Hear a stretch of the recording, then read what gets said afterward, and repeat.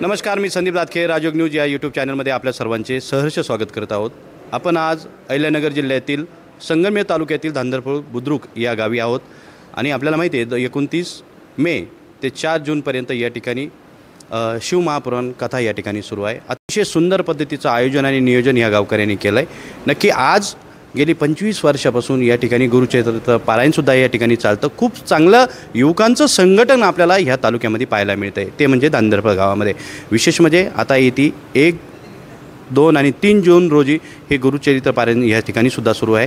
हे जे काही मुलं या ठिकाणी आपल्याला दिसतात हे सकाळपासून तर संध्याकाळपर्यंत हे या कार्यक्रमासाठी बसलेले आहेत. परंतु प्रामुख्याने ज्यांच्या माध्यमातून हे शिवपुराण कथा चाललेली आहे, खूप हजारो लोक या ठिकाणी येतात आणि या सत्संगाचा लाभ घेतात. नक्की हे गुरुचरित्र पारायण कशा पद्धतीत आहे आपण जाणून घेण्याचा प्रयत्न करूया. गेली 25 वर्षापासून आम्ही ऐकतोय का हे गुरुचरित्र पारायण सुरू आहे. कसं नियोजन आहे बाबा, काय सांगा? रामेश्वर पंचक्रोशीमध्ये 2001 पासून आमचा हा हरिओम परिवार गुरुचरित्र पारायण सोहळा आयोजित करीत असतो. आमचं या ठिकाणचं वैशिष्ट्य असं आहे की आम्ही गुरुचरित्र पारायणामध्ये 100च्या पुढे विद्यार्थी या पारायणामध्ये सहभागी करीत असतो.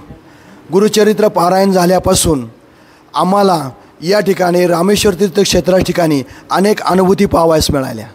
या गुरुचरित्र पारायणामुळे या रामेश्वर तीर्थ क्षेत्राचा महिमा संपूर्ण महाराष्ट्रामध्ये पोहोचलेला आहे आणि आता 25 वर्षामध्ये 2 ते 2.5 हजार विद्यार्थी आम्ही या हरिओम परिवारामध्ये संलग्न केलेले आहेत. त्यामुळे आमच्या ह्या परिसरामध्ये सर्व गावामध्ये सर्वत्र हरिओम परिवारमय वातावरण निर्माण झालेले आहे.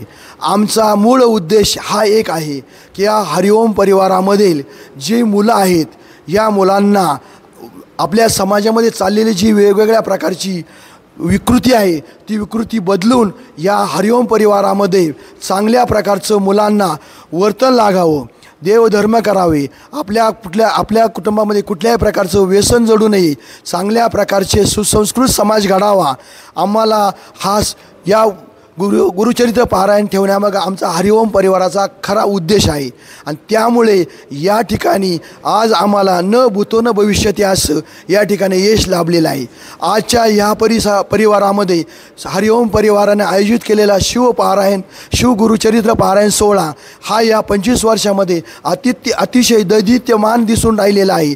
त्यामुळे आम्हाला आमच्या गुरुचरित्र पारायणाची आज यावर्षी अतिशय चांगल्या प्रकारची ख्याती प्राप्ती झाल्यामुळे आमचा हरिओम परिवाराचा सर्वत्र नावलौकिक होत आहे. विशेष म्हणजे 25 वर्षापासून सुरू असलेलं हे गुरुचरित्र पारायण याच ठिकाणी नाही तर या ठिकाणचं जे पिंपळगाव कोंजिरा गाव आहे त्याच्यावरती कपालेश्वर मंदिर आहे.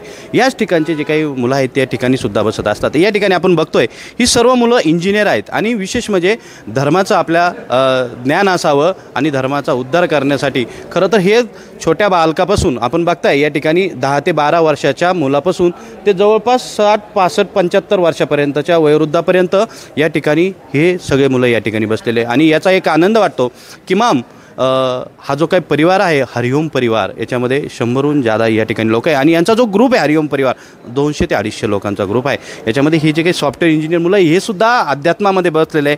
तर त्याच्यातून आपण जाणून घ्या हा जो काही तुम्हाला जो काही प्रचिती आहे ते अनुभव येतो, काय सांगाल याबद्दल? पण साधारणतः 15 वर्षापासून पारायणाला बसतो आहे. म्हणजे जेव्हा पहिल्यांदा बसलो होतो तेव्हा वाचता पण येत नव्हतं व्यवस्थित. हे प्राकृतमध्ये पूर्ण तो गुरुचरित्राचा पारायण आहे जो पूर्ण प्राकृतमध्ये आहे आणि अर्थही समजत नव्हता. म्हणजे सुरुवातीचे 2-3 वर्ष जे होते ते फक्त बोट फिरवतच होतो. आपण गेले 5 ते 10 वर्षापासून आता व्यवस्थित सगळं काही समजायला लागलं आहे आणि तुम्ही जर त्याचा महिमा जरी बघितला तर तो अप्रतिम आहे.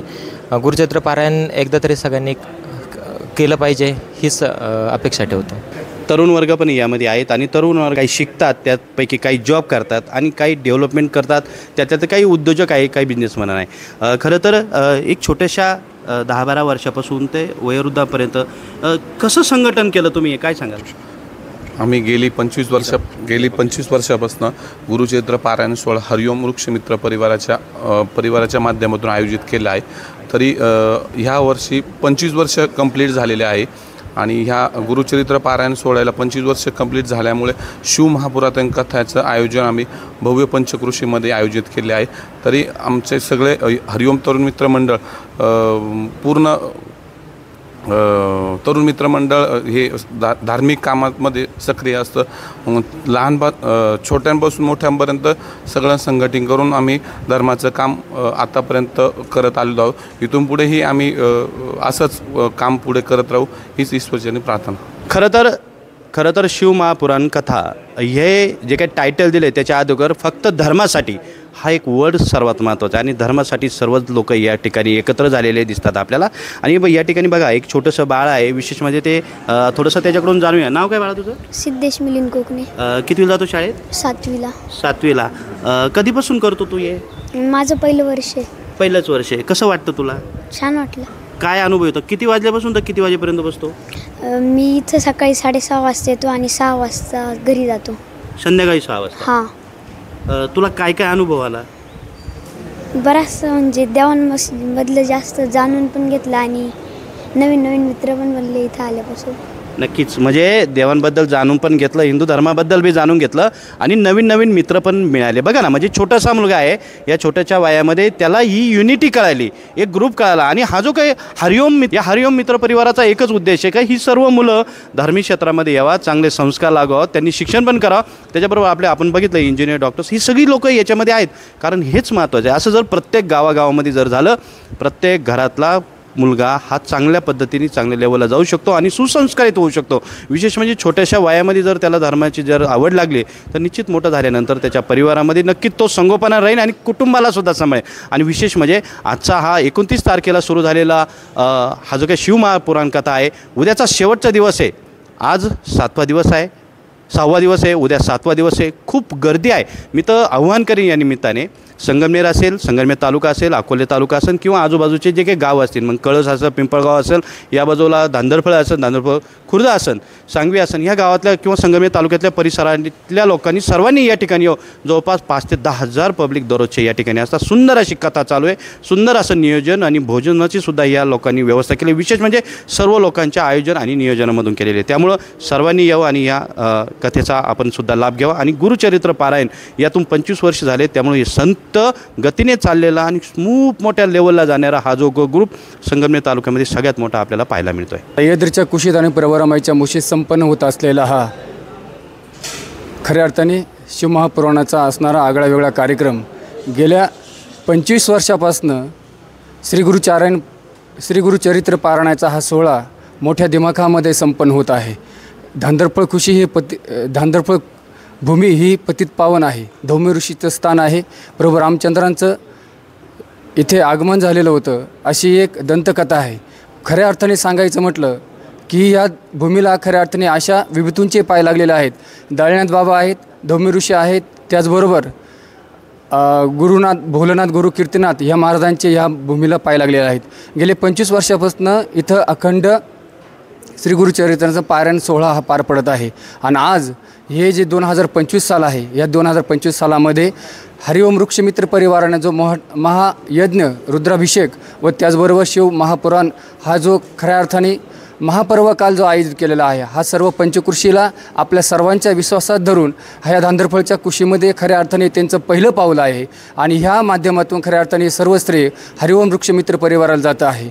हीच एक कळकळीची आणि आग्रहाची विनंती आहे. आज 2 दिवस बाकी आहे, तरी पण सर्व संत गमांना मी सांगू इच्छितो, सर्व मांदियाळींना मी सांगू इच्छितो का आपण या ज्ञानसागराचा खऱ्या अर्थाने आनंद घ्यावा. हीच एक मी माझ्या छोट्या बोबड्या वाणीतून सांगू इच्छितो. आपण सर्वांनी या आनंदसागरामध्ये न्हावून निघावं हीच एक धांदरफळ कृषी वतीने व वृक्षमित्र हरिओम परिवाराच्या वतीने आग्रहाची आणि कळकळीची विनंती करतो. आज या ठिकाणी गुरुचरित्र पारायणाचा शेवटचा दिवस आहे.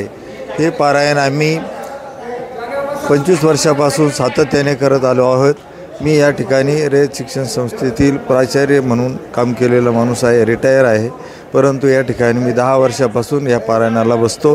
यामध्ये जे विद्यार्थी समाविष्ट होतात त्यांना आम्ही शेवटच्या दिवशी अतिशय मोलाचं मार्गदर्शन करतो की समाजामध्ये, कुटुंबामध्ये आपण कसं राहावं, कसं वागावं आणि धर्माचं आचरण कसं करावं, या गोष्टी आम्ही त्यांना शेवटच्या दिवशी सांगत असतो की जेणेकरून आपला जो समाज आहे या धर्माचं रक्षण करील आणि सर्वांना चांगल्या प्रकारचं वळण लावेल.